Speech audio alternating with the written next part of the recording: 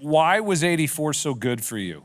You have that 42-match winning streak, and I mean, nobody can touch you. I don't know, but I felt like I was playing at a level above people, and I felt like it all clicked. That was like the best I ever was. Like I felt like for a moment that I was like, wow, I don't know if anyone could beat me, ever. So did you feel in a way, and maybe this is what Borg felt all those years, or this is what a Tom Brady type player feels? Yeah, I felt it for that year, year and a half, especially. I mean, I had some other moments earlier, but that particular time, I felt I had lifted myself up to a level that no one could deal with.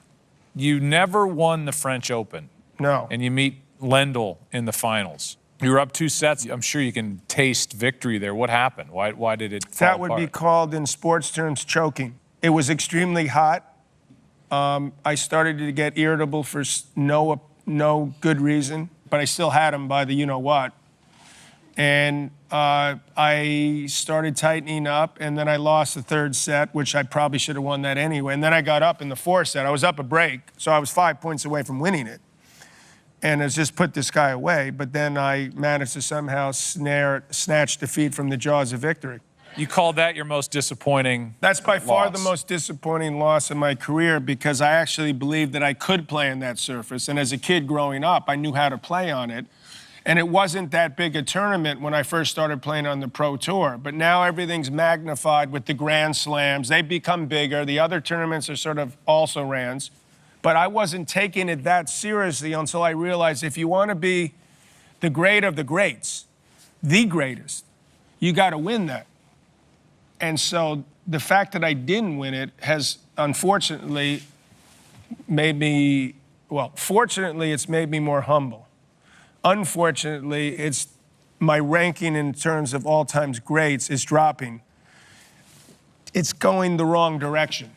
'84 Wimbledon, you roar back against Jimmy Connors. There's these handful of days where you wake up and the ball looks this big. You know, you're not quite sure, but you think everything's going to go as planned. No matter what you do, it's going to work. Every time you hit a shot, you've got 3 or 4 choices that sort of ring out in your mind, and every one of them is going to work. That's like the most amazing feeling when you know that. And also, he had played, I believe, a tougher match the match before, and he was a little bit spent, I think, and I was just like right on the money. And then so that it just felt like that is just such a tremendous, I mean, you just wish you have it more often. Well, you had plenty. Let's roll it. All right, now, ladies and gentlemen, quiet. Thank you. Triple match point.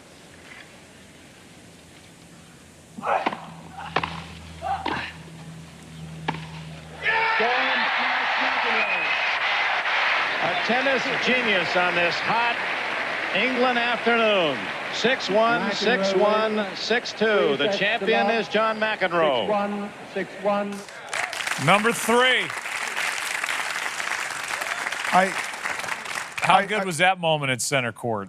Well, I mean, do I need to explain that one? No, I mean, well, kind of. That was sort of where all the work, everything that sort of, you know, playing 80, 100 matches a year, you try to crystallize it at the right moment. And then it just is the perfect opponent to sort of just squash him to like a little pea. And want to do that. I mean, I know he wants to do it also.